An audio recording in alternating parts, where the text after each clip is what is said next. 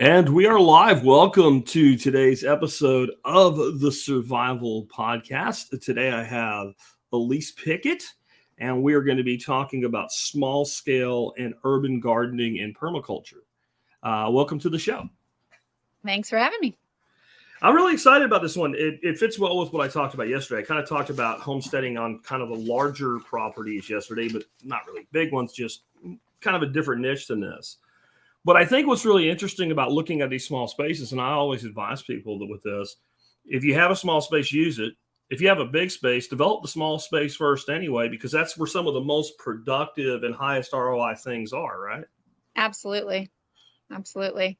Yeah, I think a lot of people like limit themselves with the small space.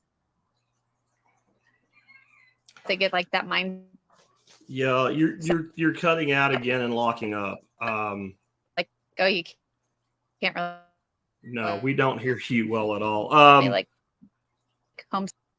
What you could try is leave the conference room and come back into the link. Sometimes that'll fix it, but right now we're not getting anywhere. We can't hear you at all.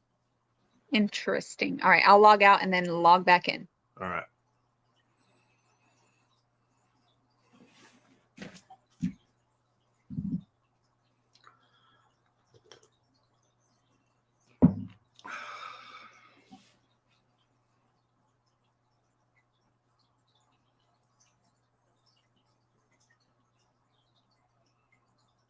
Well, folks, we'll see.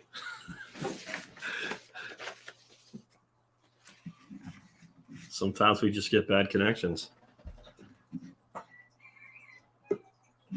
All right. Elise is back. Let's try this. All right. We're back on out in action. Sounds good. All right. Let's see if this works better this time. Anyway, what I was saying is it does make sense to focus on the small spaces, whether it's because it's all you have or because it is the highest ROI thing that we could do is focus on those small zone one spaces, as we call them in permaculture. Absolutely. Yeah. The people go with the misconception that you need a ton of space to get much done, but 80-90% of what you are growing is going to be intensively cultivated anyhow. Like, sure, you need room for the fruit trees or the whatever, but urban gardening is 2 times as productive as commercial farms. Like, you can squeeze a lot in a small space, and that's where you're getting most of your harvests anyhow. And so why do you kind of advise people to do this stuff right in the city, right in the suburbs or the urban environments? What are the advantages to that over, let's say, just going out and getting some land somewhere kind of outside of things? Well, I think there's a huge advantage just because a lot of times when we're not quite ready to shift out there, right? Like maybe the job doesn't go with you, or maybe you don't have enough saved up to purchase that large piece of land or whatever. So when you work with what you've got, you start somewhere, you start the learning process, you can meet a lot of your needs, even in the urban environment, and it gets you started, right? So it gives you that point to grow from. And if down the road you find some more land, you can expand then. But I think everybody looks for like that ideal scenario, and then they never start because they're always waiting until that right opportunity to leave the city or that right opportunity to go elsewhere. And that doesn't get you very far. Yeah, waiting is generally a bad option in most, not all things, but in many things. Can you tell us, how did you get involved with doing all this stuff, and a little bit about your organization? Yeah, so I run the Urban Harvest, and I've been doing it now for about 10 years. And it's basically just teaching people the basics of vegetable gardening, urban homesteading, and just growing your own food in some form or fashion. So I do everything organically. I took my PDC, did all that good stuff. And I certainly aim for people to take that approach to gardening, but as long as people are growing something, that's my goal, getting fresh food on the table for people. Awesome. And to you, what makes something an urban homestead? That's a term that gets thrown around quite a bit. It is. Modern homesteading, urban homesteading, they're like almost kind of like, I don't know, like fad terms or something like that. But yeah, I think, in my opinion, growing food to meet some or all of your needs is what urban homesteading is all about. It's doing more than having the single tomato plant or that, the little container patio garden. It's trying to meet some or most of your needs, and whether that be 20% if you're working super small scale, or 60% or more. Even in an urban environment, you can meet a lot more of your needs than you would ever expect. And I think there's a lot of folks in our country, we're a little bit spoiled on what it is to have land. If you look at, let's say, the United Kingdom, a lot of lots here that we say are really small lots, someone over there that wanted to garden would be in love with the idea of having the average typical suburban lot in the United States. Absolutely. I mean, my homestead that I'm at now, it's a 5,600 square foot lot in the middle of a city. I'm in Tampa Bay, so we're literally wall to wall surrounded by water, and there's a house in every square inch of it. And I'm still able to meet a significant amount of our needs, even in an urban setting. And I've only developed this 3 years ago. We're at like 3.5 years on the property. Haven't bought any sort of leafy greens since we moved in 3 years ago. We get all, we hit certain targets. We don't get it all, but the system's developing by the day, by the month, by the year, and even in a short time frame, small space. And like even the container gardens you were talking about, people in the United Kingdom or whatever, even let's take Chicago or Philadelphia, or like some of our major cities here in the US, they don't have backyards, but even in most of us have access to more than we think. Yeah, I would agree with that. I think one of the real advantages too with these small spaces is if you're starting out with soil that needs improvement, you can move really fast. Because when you're trying to improve, let's say, a 1 acre market garden, that's a lot of input. But when you're trying to get a couple 4x4 containers or in-ground beds off the ground, you can get that soil into really good shape really, really quickly. You mentioned you've been doing what you're doing at your place now for, I think you just said 3 years. And you can go really far in 3 years when you're managing small spaces. And it's amazing. So like when we first moved in, I've done this I've gardened my whole life, but I've been doing this now for 10 years. When we moved in this space, it was a full rehab. And so obviously I knew gardening's key for us, right? And so I started a compost pile. I started a 9-yard compost pile in our backyard, turned it by hand every 2 weeks. We move in 2 or 3 months later, I have 3 yards of finished compost to fill my raised beds. This is you can get things going really quickly in a short time frame. And like you said, soil health, I preach that all the time. Number one, the biggest thing you should be focusing on is soil health. I live in Florida. Like if you ventured here, we got sand. That's about all we got, right? But you can do your compost piles, and especially in urban settings, it is so much easier to source nitrogen and inputs for compost piles when you're in a city. Like you don't have to go find the horse stable. We have restaurants and breweries and coffee shops and all that, just throwing it in the dumpster. There's no shortage of nitrogen when you're in the city. But yeah, soil health is huge. And I've done, the sheet mulching and everything. I have people come tour my property and it just looks like a bunch of mulch on the ground. And I show them, I dig down, and like 2 inches down, it is black. In less than 3 years time. It didn't even take that long, but it's black soil that looks just like the nicest soil that you can find in, like the valleys and everything like that. You can build soil. Yeah, the nitrogen's there, but the carbon is too. Well, one thing I miss about when I lived in my suburban home in Arlington was that all my neighbors hated leaves. And a bunch of them had the real expensive leaf vacuum thing so that they would make these giant bags of shredded compressed carbon for free. And you could just I could walk around the block in the springtime whenever, like after the winter here is when everybody does their leaves. They don't do it in the fall for some reason. It's right before the grass all starts to turn green.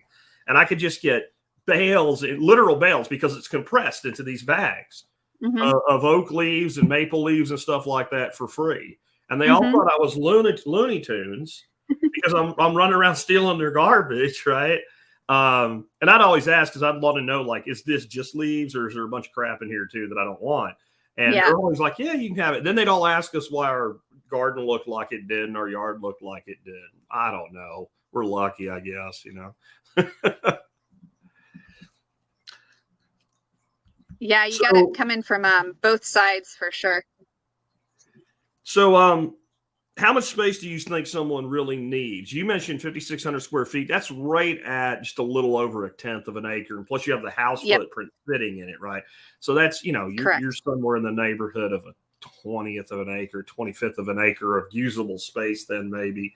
And I know you do quite a bit. How much space does somebody need to make a dent? I mean, I say it all the time. You can grow some herbs and leafy greens on a patio in a small footprint, but to really start to make a difference, how much square foot do you think a person really needs?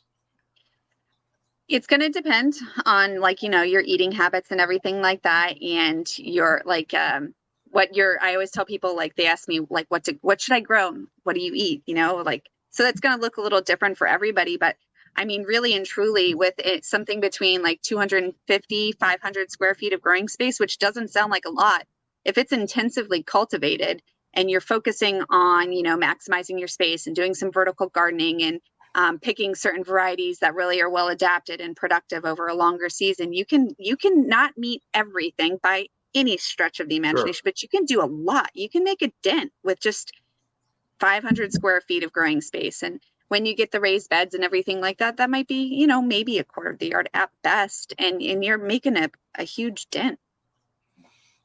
What are your thoughts on tech like hydro and aquaponics? A lot of people use those in urban settings, and it's cool. You can grow indoors. You can maximize space. You get the upward vertical growth. You can do all that. I personally am a huge believer in soil and closed loop systems. So I'm not personally a huge fan of them. They grow food, a lot of food in a small space. But for me, soil-based gardening is really important because I just don't, the what ifs. Like, what if that fertilizer goes up in price? What if they go out of business? What if? There's ways you can manufacture your own. You can do aquaponics. You can use some fertility on site, but it's a lot harder to manage when you have soil-based systems. That's something that's always in-house, right? Like, you can always pretty much make soil. So I definitely do a lot of vertical gardening and container gardening. Maximizing space. We were just talking about that. I use like green stocks, right? It's a soil-based vertical system. You have 3 square feet, you fit 70 plants, So I'm not a personal huge fan of the aquaponics, although I've learned a lot about it and mentored under some folks that do that. But to me, it's all about the soil. Yeah, I think it's a specialized thing and it has to fit the total design. But what I've noticed is my best results that involve my aquatic systems are actually soil-based aquatic systems. So what we're doing is running wicking beds where we'll have maybe a foot of soil and 8 inches of gravel underlayment with a weed blocker in between, like a typical wicking bed. But we're running water out of ponds through the bottom of that, and we'll run that on a timer 15 minutes twice a day. So that level in that wicking bed never goes below where it's keeping the soil moist, and you're getting all that nutrient exchange, but you're not washing through. And then you're still in a soil system. Like you said, there's a lot of things that are easier. Like I have some ebb and flow beds because they're just good for the health of the ponds, but you can mess that up real easy. You got to pay attention to there's nutrient deficiency. So the soil is a buffer. It's a pH buffer. It's a nutrient buffer. And you can just add organic fertility to your wicking bed anytime you want on that soil layer, where you can get away with it with an ebb and flow bed. You can throw some blood meal on top of it or whatever, but it is more finicky, where those flow through beds it's basically just a wicking bed and you're using the aquatics to save labor. You're automating the irrigation, Yep. I agree. I like the wicking beds a lot. I always tell folks, I'm like, we can, especially beginner gardeners, if you're just starting out or if you're just starting to homestead, like, stop. When we're managing, there's more spots for us to screw up, right? Like, if we're working in the wicking bed or if we're working in a soil-based system, the plants can kind of pull what they need as they need it, right? Sure. If we're trying to like play that guessing game of, oh, it's in flowering stage, oh, it's in this stage, I need to add this type of nutrient, that type of nutrient, you can do it, but there's a heck of a lot more ways to trip up. And so if we can just let the plants kind of do what they do best and know what they need and do it as they need it, I feel like there's like you said, there's a lot more room for, or less room for error. Yeah. Yeah. How sustainable, or you use the word closed loop, which I find interesting because aquaponics is a very closed loop system. How closed loop can you make a system like you're talking about, backyard gardens and things like that? I think that especially in an urban setting, we're kind of, there's always, like, depending on your approach or your thoughts and everything like that as to why you're choosing to homestead, there's different factors that go into it. But if we're looking strictly from a I can grow my food standpoint, right? Mm-hmm. I think that a closed loop system is super achievable in the city, even without livestock or even without these other things that we always hear about for homesteading and everything like that, because we have so many resources in our immediate vicinity. We're not having to drive to go collect things. We're not having to source things that we don't really have on site. And so, on my 5,600 square foot lot, I don't buy fertilizer. I have chickens, I do composting, I do vermicomposting. That's my fertility. I don't have to bring anything on site for that. We have a well, that's our irrigation. That's what we use for water. I don't have to rely on the city if I don't want to, although I need the power. But, so we can create a lot of circles within our space or our ecosystem without having to branch out quite so far. And it takes time to develop, but within a couple of years, it's very achievable.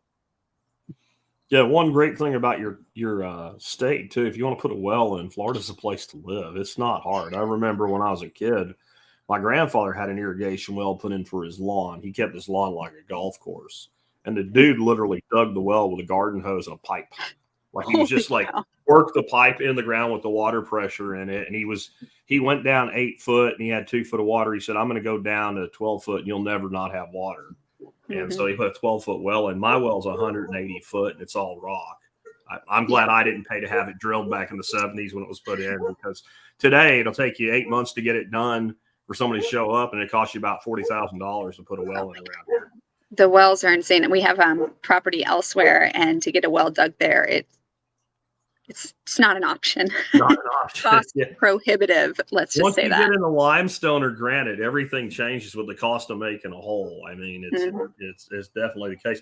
I do think it's interesting the amount of waste stream that's available in the city and other resources in the city, and that kind of hits on that permaculture principle from David Holmgren of the problem is a solution. There's no doubt that we have too much waste without proper disposal mechanisms for it in these urban environments. That's why everybody's garbage goes to a landfill 50 miles away, and it's out of sight, out of mind. It's pretty awful looking. And so much of that material is usable for fertility or to feed the chickens or to feed the worms. And so, you're in walking distance from that supply stream, or a bike ride, or even a short car ride. Whereas when we're out in the country like I am, it's a little bit more difficult to acquire that material. Yeah, you got your chop and drop and stuff like that. You can build it into your system, but it's not just like this constant stream like we have here. We have a blue bucket compost, like picking up compost. We're doing things. We have a dropout back, like community based, right? So yeah, I have out at the back of my property, I have a little sign saying, "Put your compost in here." And I've got neighbors that are semi open to it or whatever, and they come in, they put their bags of compost in there. I don't even have to leave my space. I do YouTube videos and tutorials and stuff, and I have an entire one on, like, don't throw your scraps in the compost pile. There's about 10 other things you could probably do with them before they ever hit that, right? Like, you can feed it to the chickens, you can feed it to the worms, you can make, stock out of it with your chicken bones. You can do all these other things before it ever even really needs to hit the compost pile. So I've been kind of preaching this stuff for almost 15 years now. It's kind of scary to think about it that way. But I've always said that if you want to restore broad-scale ecosystems using regenerative ag techniques, you need animals in the system. We're not going to restore a 40,000-acre inert, lying dead plot of soil with a vegan-like approach. And I'm sorry to people that upsets. It's just true.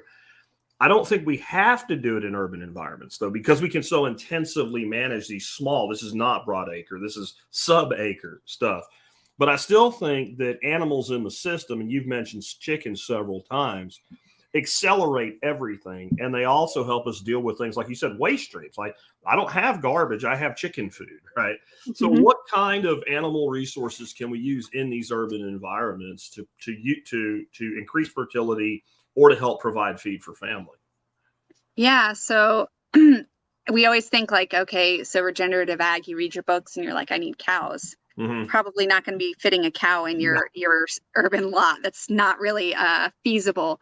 But there are more livestock than most people think. Chickens are like the obvious one that everybody starts with. And, you know, they're great for turning your compost piles and giving you awesome poop out the other end to put into those compost piles, and pest management and the sheet mulch and all that stuff, food for you, whether it be eggs or meat.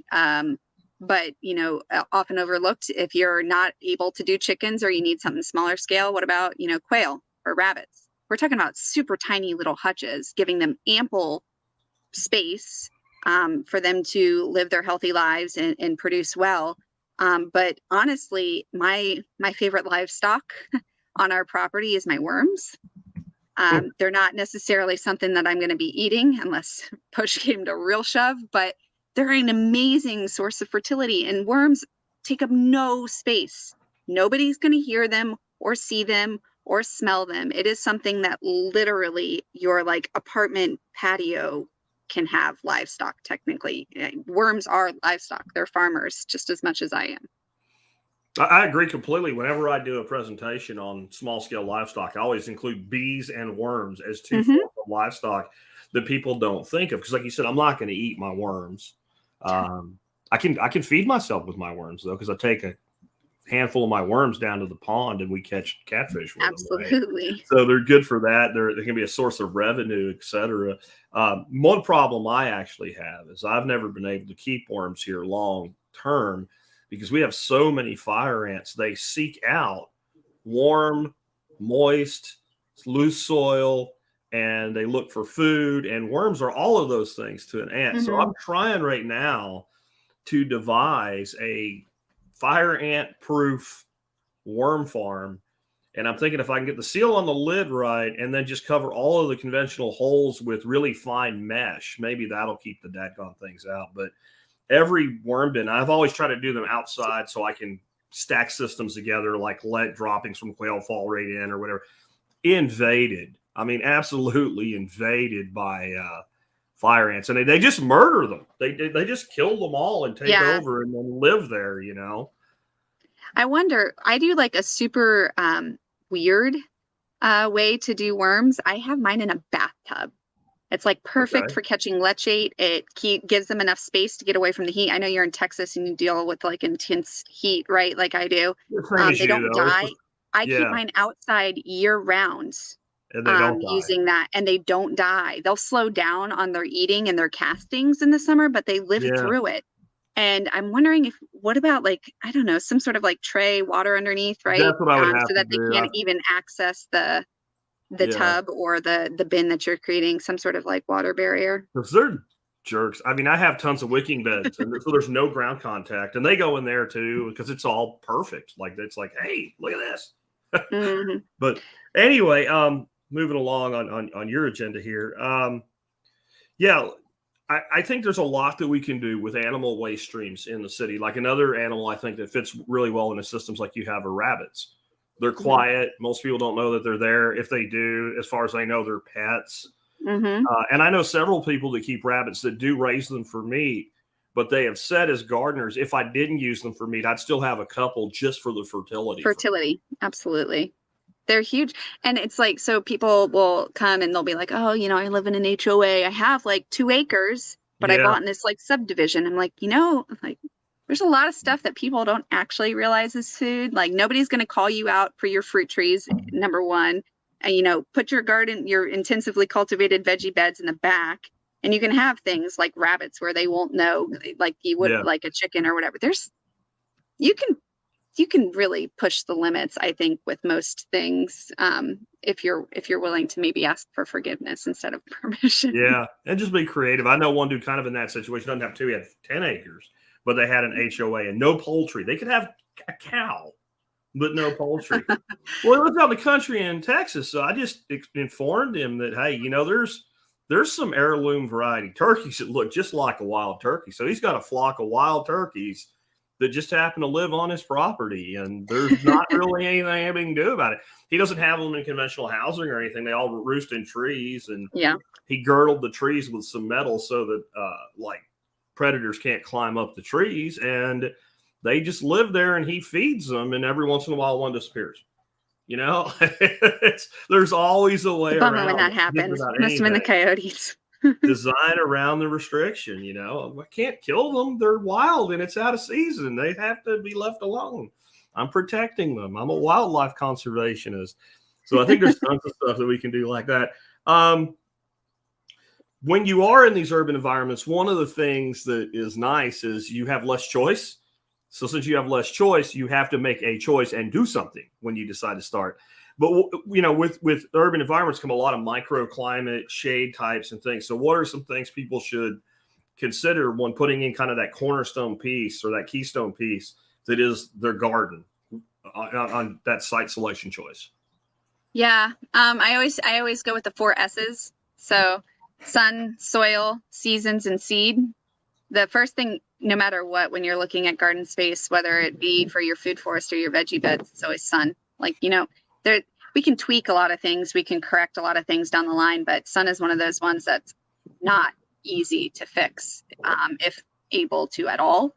And so I think getting that right, finding that sunlight, the appropriate sunlight. You know, I live in Florida. We don't need full sun. No. But in, you know, somewhere up north, you're going to need as much sun as you want. So that's where you need to site your beds first and then work with your trees from there. But I'm kind of the reverse. You know, I'm looking for 4 to 6 hours morning light only, ideally, for the veggie beds, and then going from there. But finding the sun, I think, is one of the most important parts of site selection. And then just like expanding from there. I usually place my annual veggie beds first.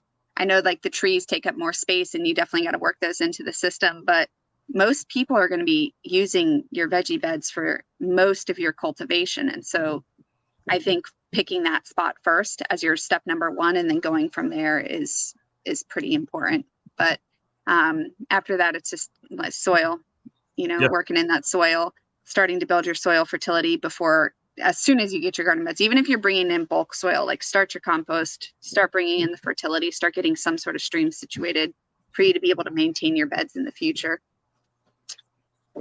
Kind of the 2 biggest mistakes I've seen is one was just what you said, people in southern climates like ours looking for all day sun.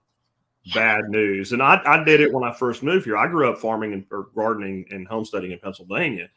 And so you wanted sun all day. So I found the all day sun. And by June, my plants were like, I hate you and I'm going to die because you did this to me. And it was like, okay, I get it now. I understand.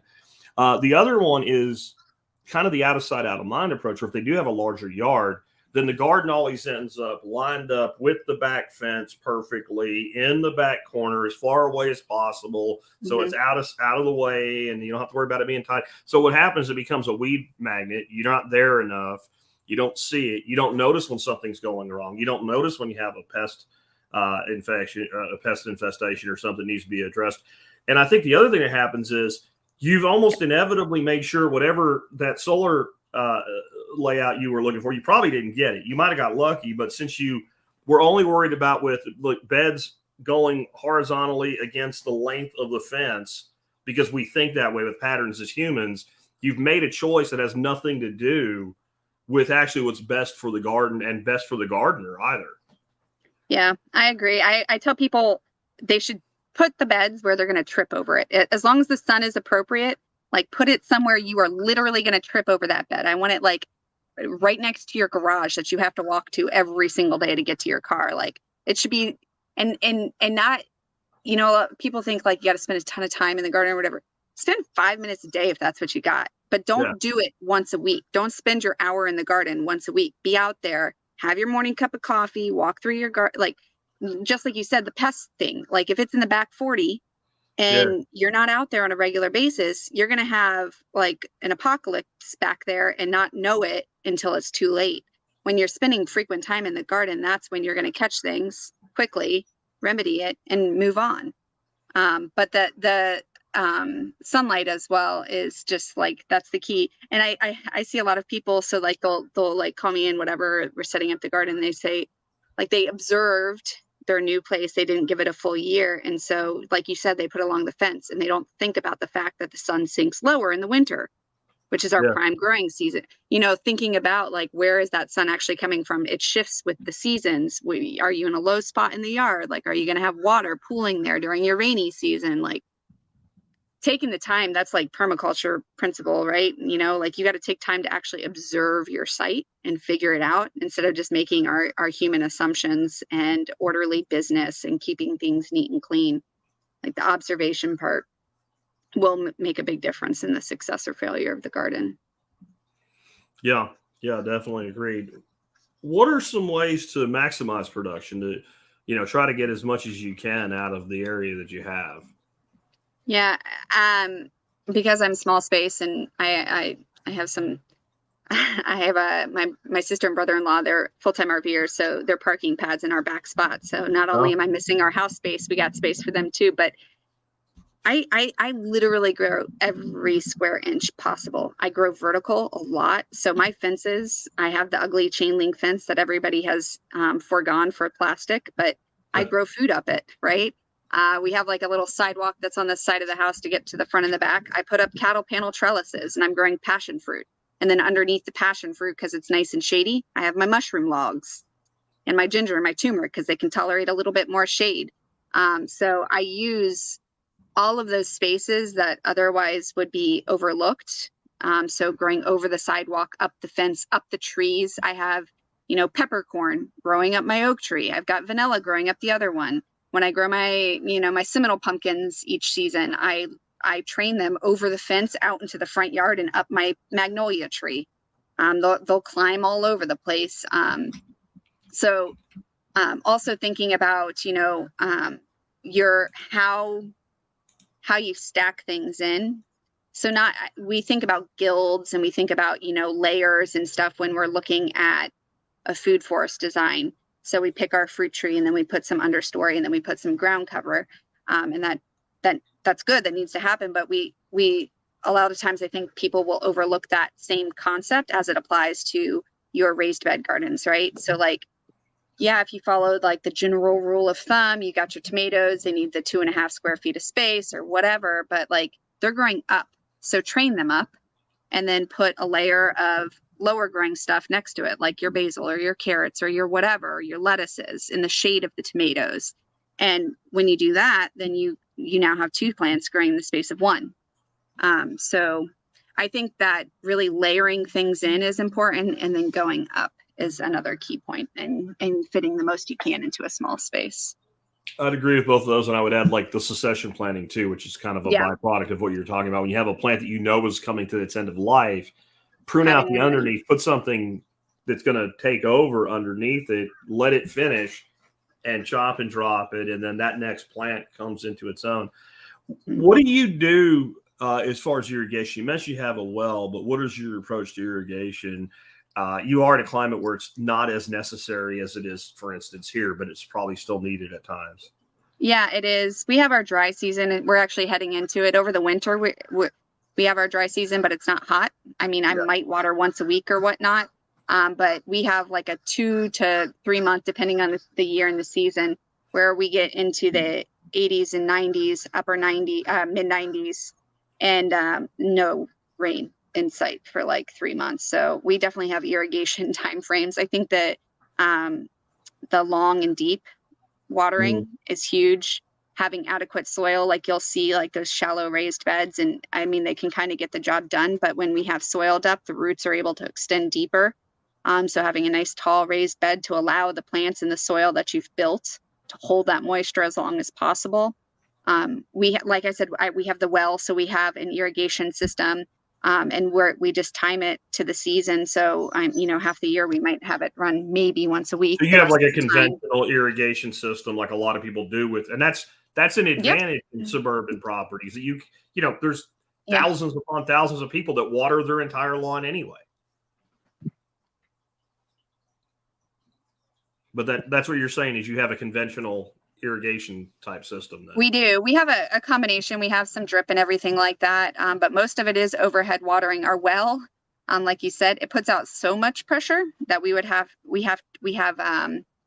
don't have enough ways to dispose of the water as it comes out. So we had to do a top irrigation just because we needed to be able to put out enough water at once. I've been contemplating getting like a reservoir and kind of doing like the IBC totes, filling that with the well, and then I can get a little bit more precise and creative with the way my watering methods. But I guess I'd rather have too much water than not enough, certainly. Like basically a gravity drip you could do that way. Yeah. It's great to have a high capacity well though. That's pretty huge. What do you do about like pest management? We kind of alluded to that. I mean, one of the things with small spaces is you don't have as much of an issue with dealing with a lot of pests because you can do, mechanical control and things like that. I'm actually maybe counter to that. I don't spray. Okay. I will on powdery mildew on occasion. If things get out of hand, I try to pick appropriate varieties that can kind of handle their own. I plant in the right seasons and stuff like that. I will occasionally do that. I use milk and water 50-50. They've done the research. They've shown it's just as effective as most of those like copper sprays and stuff, but it's a heck of a lot cheaper. So I will on occasion do that, but I've really emphasized and taken the time to build up permaculture system here. So I've got, parasitic wasps buzzing through the garden looking for the caterpillars. I've got birds that come through every morning and pick the leaves clean. Got lacewings and ladybugs and all that good stuff. I always have flowers, lots and lots of flowers. I used to be like hardcore, if it's not food, I'm not growing it type of thing, because I was limited on space. And I understood the principle for like larger spaces, but in the beginning, I completely skipped it. And it was a huge mistake, learning curve over the years, but, allowing them to do that, I don't even really need to mess with it. I just pick appropriate crops. Like when you're growing in a small space, why waste your time with something that is not super productive and well suited to your space? Like, Agreed. Yeah, you can have the token here or there, the one or two things you really, really like, but when you pick plants that are just well adapted, you don't really have to bother with the sprays and everything like that. So I'm hands off here in the garden. The only thing I spray is compost tea, and I spray that less for go. pest management and more for the health of the plant, which is good for pest management. About the only insect pest we have that I've been unable to fully beat is the freaking squash vine borers. And they're just Satan's spawn as far as I'm concerned because of how they damage the plant. You don't really notice the problem until it's like a cancer. They go inside the vine and they start out as a little tiny maggot and they turn into a maggot about as big as the end of your finger. And they eat the inside of the vine and nothing predates on them. Nothing eats them. Nothing kills them. Even if it did, they're pretty well protected because they end up inside the vine. But I found like the Tromboncino zucchini, that's what that orange thing is behind me.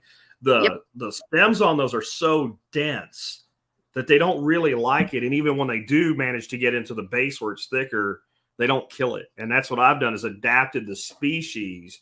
And I quit trying to grow like bush.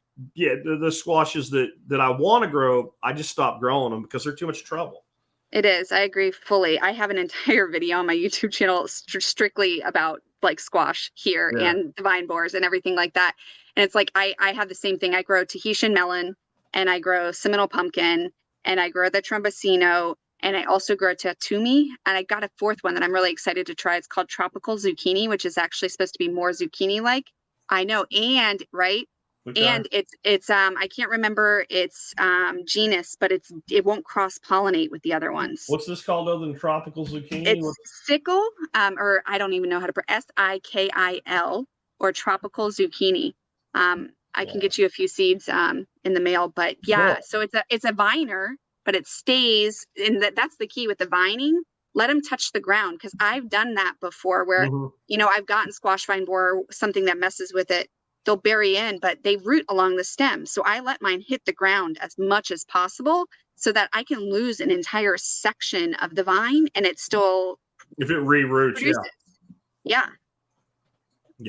I'll bury it when I get an opportunity like that and just dig a little trench cut off a few leaves because that wound actually encourages rooting and Mhm. bury it. I have willow everywhere, so I'll grab like a couple handfuls of willow bud and throw it in there with it because that really encourages the rooting. Mhm. And that's about all I can do is grow things that are hard for it to kill and then take strategies instead of trying to like, I'm not going to go use a toxin to kill one pest for one crop that I don't really have to have.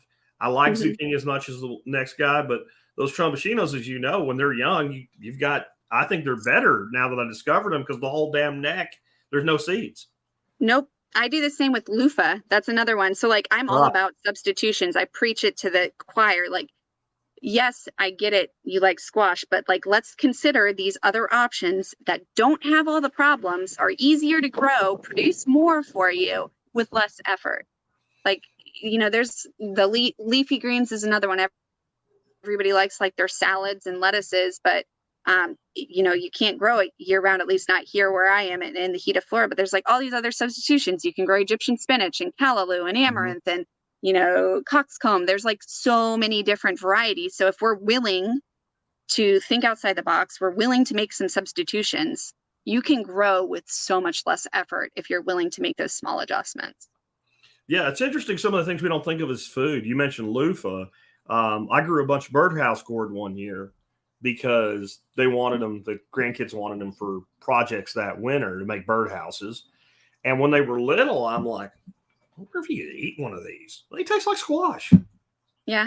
until they get a certain size and they get all pithy and they're not really good for that anymore. That's just, or we found a plant last year called Indian snake bean. It's actually a gourd. And that's one of the best tasting things I've ever eaten in my life. Indian snakeweed, you said?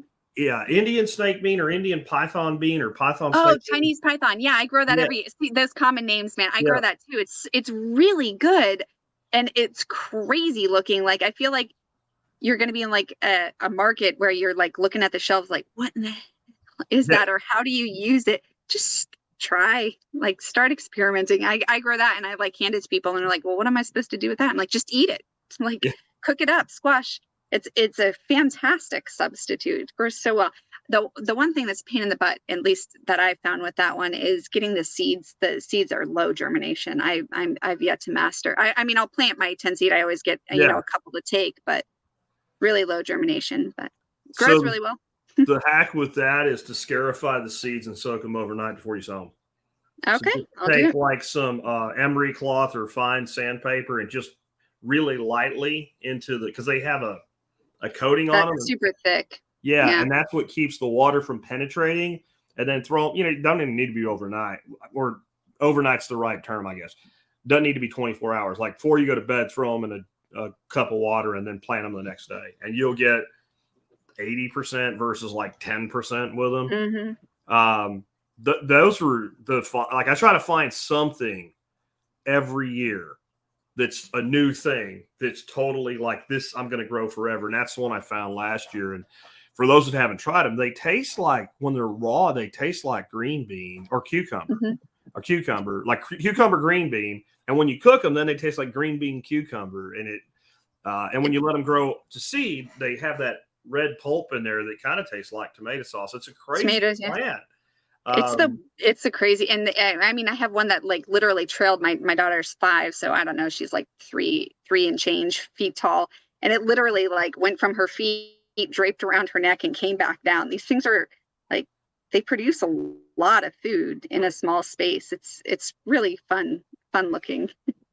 We did have a really harsh drought last year, though, and I thought the whole thing was going to be a failure because I would get little fruit sets and then they wouldn't grow because they weren't pollinated. And they have those little little flowers, look like something being a Star Trek episode on a planet they beamed down to.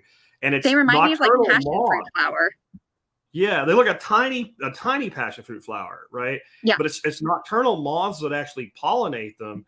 And I think what happened is we had that harsh drought and we didn't have the nocturnal moths. And then when the weather pattern shifted in August, we started to actually get some rain for the first time in almost a year. And then all of a sudden they all, like, I had them raining. I do cattle panels in an arch and I had them like raining down, and they're 3.5, 4 foot long. And I let some of them on there too long because I do a workshop every November. And I wanted students to see them growing there, and they started to get like reddish orange in spots. And those spots were like soft and mushy. But the rest of the freaking thing was still good. And they never got pithy. That's like big. I know we're doing the snake bean podcast, but it's like one of those things that is just, I don't know anything really harms it.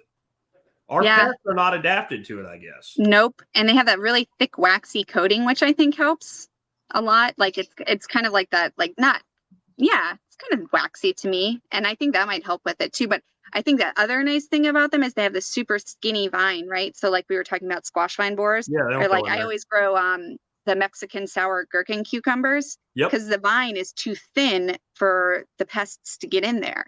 You're talking about the mouth melons, the little tiny. Yeah. Those things are cool like as the crap. little teeny. Yeah, they're not the same as the big cucumbers, but they're close. Well, they're delicious. You don't have to worry about them. If you lacto ferment them, they're freaking incredible because they stay crunchy.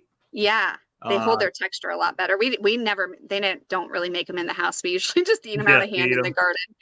I grew a bunch of them one year and I lacto fermented them. You throw a grape leaf in the lacto ferment and that tannin will keep that crispiness there. And they're like crack cocaine once you lacto ferment them. They make a pretty cool little thing to put like in somebody's martini or something too, because it looks like a little watermelon in there. Oh, that's hysterical. I didn't think about that. We do all sorts of crazy garnishes and stuff with our foods too. I'll have to try that. Yeah, Bloody Mary. That's a good thing for a Bloody Mary. Diversity here says bitter gourds do well too. I've had good luck growing those. They're an acquired taste, I think. If you like them, you like them, and if you don't, then you really don't. I don't know if you've ever tried those. I have. I think I'm much more open to experimenting, and I also encourage people to experiment a lot more with the veggies more so than the fruit trees, because veggies, like you pay for a pack of seeds, you're $3, maybe $5 if you're getting something super rare. It takes one season, you try it, you hate it, you don't grow it again. Who cares? The fruit trees, like I'm all for growing what's well adapted. So like I grow all sorts of like the sapote family and stuff that people aren't familiar with, like the canistel and the patomba and all this stuff that nobody's ever heard of. And so like I'll have people come and they look and they're like, oh, where can I get one? I was like, well, have you ever tasted one? Because when you're spending, I don't know, 20, 30, 40, 50, maybe $100 on a tree, you're going to be waiting 2 or 3 years. Like you better make sure that's something you enjoy. Otherwise, you just wasted time and money and space on something that is not well suited for you and your family. Yeah, I tell people that all the time. Try something before you grow it. I mean, I grow all the radishes I want, but unless they're daikon, I don't really want them. And even the daikon, my favorite thing on them is the seed pods. So I do daikon, we let them go to seed, and those little pods, you pick them, they look like little green beans. Stir fry those things. It's insane how good they are. Breakfast radishes, I can make them in 25 days and they'll be there, and I don't want to eat them, so I'm not going to grow them. And you should, like we say, eat what you store and store what you eat. Well, grow what you eat and eat what you grow, right? Like absolutely. Whenever I do my meal planning, that's exactly what I do. Like the first thing I do is like I make a list of what's fresh in the garden and I base my meals around that. It's such a foreign concept nowadays, but like exactly like you said, you've got to eat what you grow. Like there's no point in growing something that your family doesn't enjoy or that you're not going to consume enough of. Like that, the whole point is to start meeting some needs and growing some food. So, focus, everybody's garden is going to look different. And if you've got picky eaters in the family and all they eat is potatoes, then you should probably be growing mostly potatoes. Like don't try to force it. Like, you can explore, especially if you are open to something like squash, then sure, try to find a squash substitute or whatever, but definitely focusing in. That's not only gonna cut the grocery bill and all that stuff, but you're more likely to keep trying. If it's something you actually like it's going to give you the motivation, give you the satisfaction of, hey, I just grew this and I got to eat it. Let's go through some of what I call the Eeyore objections, people that say they can't do a thing. And I think mostly it's because they don't want to do the thing instead of just saying they don't want to do the thing. Well, I can't do it because. So one of those is I don't have a lot of money. Now, I don't know about you, but we grew food when I was a kid because we were poor. So that sounds like the exact wrong thing. What are your thoughts on that? I'm with you completely. Like I have a pretty looking garden. Sure. Like I've invested some money in it. I'm in an urban setting and I give tours all the time. But like I say all the time, like you could start a garden for free. It's always Sure. going to be a balance of time and money. So if you have no money, put a little bit of time into it and you can make your own soil. You don't need raised beds. Everybody thinks you need the fancy raised beds. It could literally be a mound of soil on the ground. That's plenty to grow it. Like the what ifs, especially with the money, to me, like you can get seeds from a free seed library.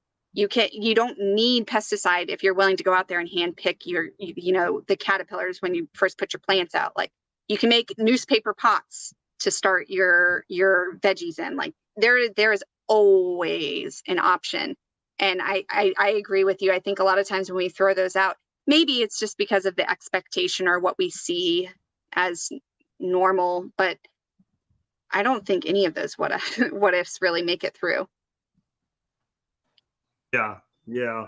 What about, well, I rent, so I can't do any of this stuff because my landlord won't let me or whatever.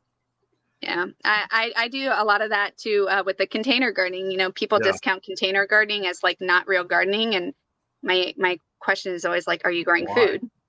Yeah. Then yeah, you're gardening or you're growing. Like that's all that matters. And honestly, container gardening has some advantages. Like you don't get some of the soil-borne pests and stuff like that, especially if you keep it on like your cement patio or your screen porch. If you don't know about your sunlight and your sun exposure, and you guessed wrong, guess what? You get to pick up your container and go find the right spot for it. Whereas your raised beds, you're going to be doing a lot of shoveling. So container gardening, and if you're a small space garden or you're an apartment and you really want to up the game, get one of the towers, the vertical gardens, right? Mm. Like the Greenstock, whatever. You grow 70 plants in 3 square feet. You don't need soil to plant it into. You don't need a raised bed, and you can easily pretty much tuck that anywhere. And I mean, push comes to shove, you can grow your microgreens in 5 square inches on your windowsill if you really wanted to. There's always something for everyone to grow, no matter what space you're in.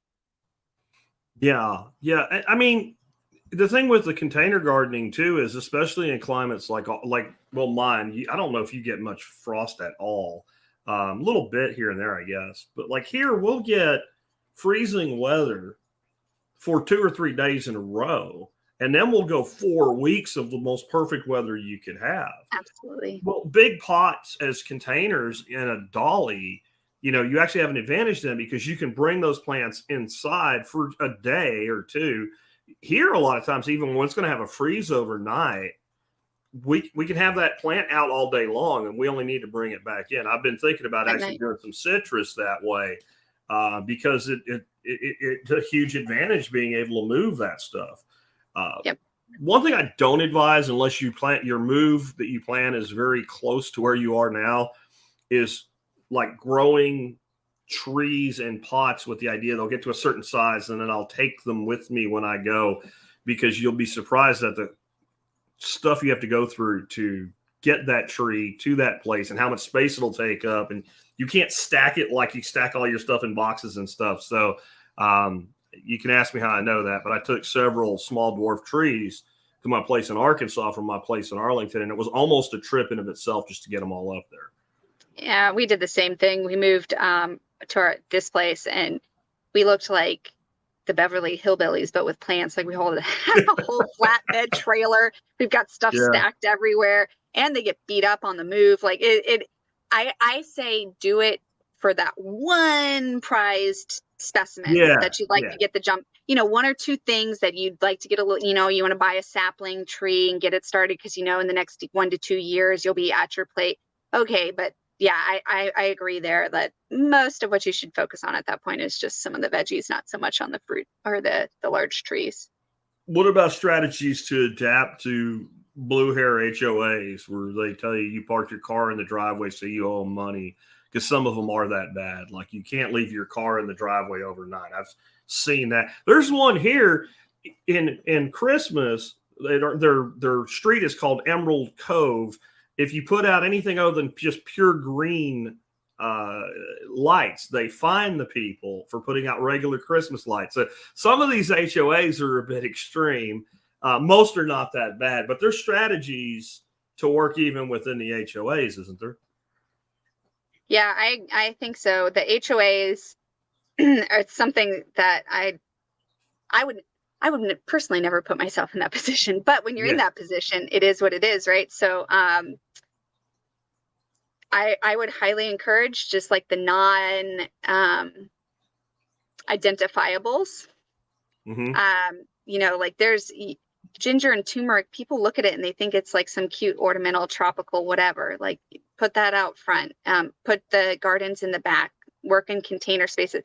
And if they're really that bad, get an indoor grow set. You're not going to grow as much. You're going to have to rely on power, but it's something, and you can still have your fresh herbs and your one or two, you know, fancy, you know, tomato plants and pots and everything like that. And you can get a little food on the table that way. But we were even talking about like livestock that you could probably work into that HOA. There's a solution for pretty much any problem, you know, and also networking and community based. So like if they allow the gardens, but they don't allow composting, like go find a friend that's not in an HOA and ask him if you can have your little container and you manage it and he gets half and you get half or whatever. There's pretty much always something to work around with the HOAs, I think.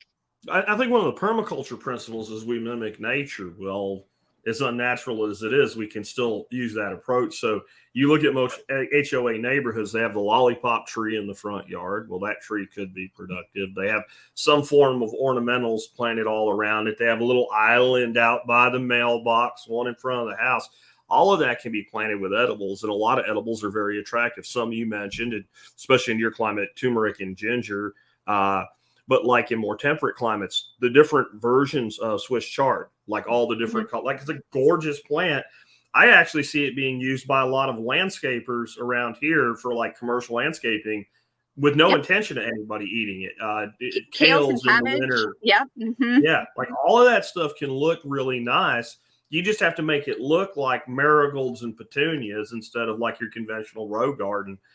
You mentioned I think mixing into like a lot of the flowers with it. So like whenever I help with HOAs and stuff, like put the extra effort. You're going to have to put in a little bit more time, like keeping like some of the dead leaves and stuff, you know, maintained or whatever. But like you can put in the flowers and people notice a heck of a lot less when they see that nice pop of color. Yeah. Plant lilies or whatever around all your vegetables. And that's good practice anyway. On the livestock thing, the one that I've seen most people get away with is quail. And I've seen it done as stack systems like in a garage. People don't complain about what they can't see. But we actually used to build, one of the partnerships I had, we built these little quail tractors. And they were built out of wire that was coated with it's like PVC, but it's actually something else that's safer for the animals. And they had, because quail, you know, you don't want something that can be turned over. Everything eats a quail. The bottom just had like 1-inch grid, and then we were able to move them around in a backyard.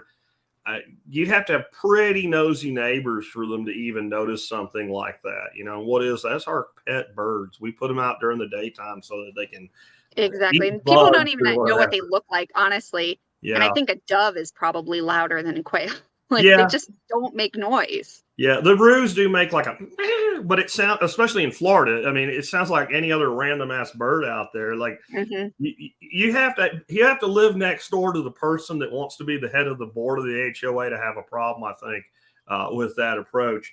One of the things I get a lot are people that travel frequently. My number one demographic that asks this question: I'm an over the road truck driver. I'm home 3 days a week. That's the number one group that I get that from, you know, especially if the person's single. So there's not like a spouse to kind of look after things while they're there, or they got the reluctant spouse. They want to do it. The spouse is like, that's your thing, honey. I'm out. What are some thoughts on that? Yeah, I think automation, especially in an urban setting, it's like we're not having to manage acres, right? We're managing pretty small scale. And when you're working small scale, you're allowed to work, you can potentially set up and work around that. So having some automated timers with some drip irrigation, got that check mark. Ideally you'd be spending frequent time, but for your truck drivers that are only there that's more than enough time to manage your garden. Even having livestock and putting in some self feeders, you'll probably have a higher feed cost or whatever, but you can have auto water, auto feeder. You can have it so the egg nest box, they roll into the egg nest box so you don't have to collect them every day. And you, depending on how you have it set up, you know, whether it's an enclosed run or if it's a pop door where they get to go out during the day and they go in at night, Like there's ways to automate all of that stuff so that your input or your time spent in the garden, whether it's based around like, traveling or not enough time work-wise, like it can be pretty minimal where you're just out there doing the harvesting and the sowing of the seeds. And the rest of the time, things mostly manage themselves. Yeah, these are growing things that like to grow. That's the main thing they need is time to grow, right? What are a couple things you think are most important for people who want to get started, or maybe they're doing a little bit, but they want to do more? I think that the first thing is just starting. I cannot tell you how many times people just like get this analysis paralysis and they're just, what if I don't do it right? What if something dies? What if I don't pick the right whatever plant? You said, pick the right plant. What if I don't know the right plant? Just start, because otherwise you never will. And so just throwing seed in the ground and seeing how it goes, making some observations and tweaking it in the future, like that. What is it? The ready, aim, fire. Well, ready, fire, aim. Like just correct as you go, and I think that is when you're just getting started, like don't let the questions stop you. Like even if you don't have it perfect, even if you've done this your whole life, like I'll be 90 out in the garden and still be making mistakes or have a crop not come to fruition based on the season or the whatever. Like that's part of working with nature. That's part of growing food. And that's part of being in your environment and working with it. So just start. You're not going to get them all, and that's okay. And just having that acceptance or that realization. But I think another really important thing is finding local resources. Somebody that's in your area, whether it be like a garden club or someone, like quote unquote expert or whatever, like finding somebody in your area to network with, because they're going to help you. So step one, getting it started. But once you're ready and going, like finding a local resource so that they can share like that tropical zucchini that they, or they'll share seeds, or they'll say, dude, you can't plant tomatoes now. You got to do that in like fall or whatever. They're going to give you that like kind of inside scoop.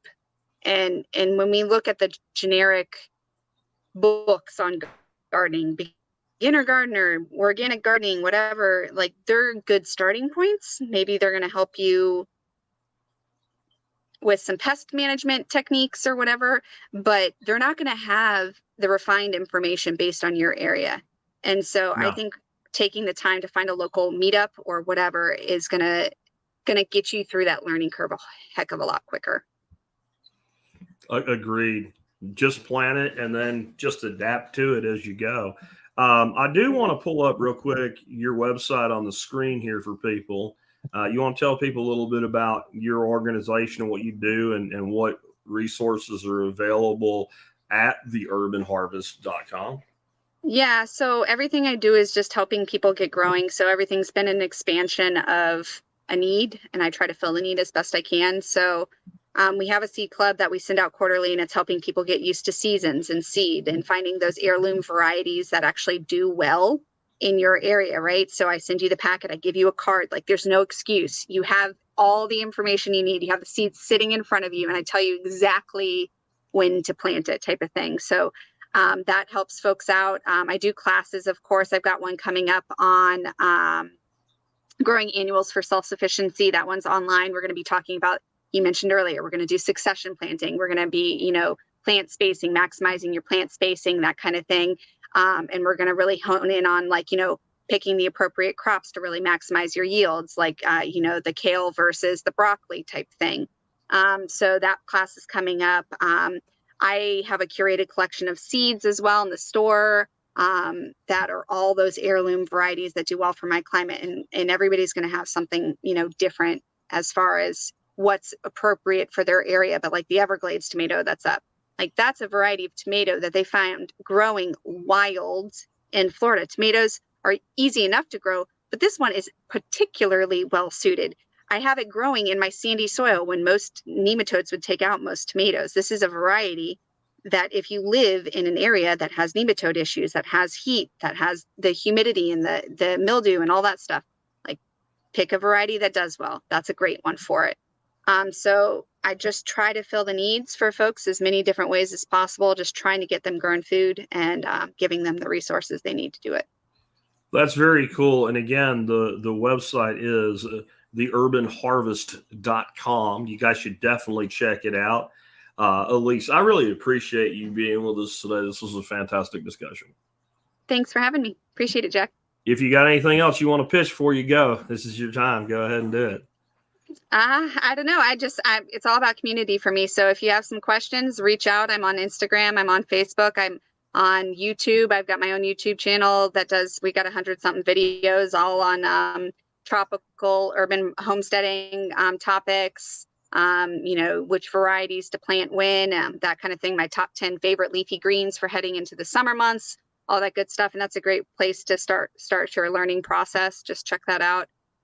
But yeah, reach out if you have questions. I'm happy to help and get you growing.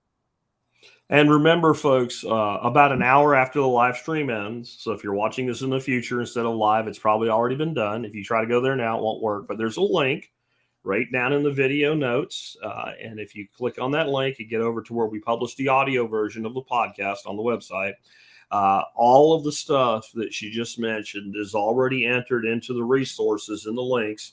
So you can get access to any of that stuff. All you got to do is just get over. And I think today's episode is 3249, if I remember right. But I've kind of had a scrambled beginning to my day. Yes, it is correct. 3249. I found that brain cell. Elise, thanks for being with us today.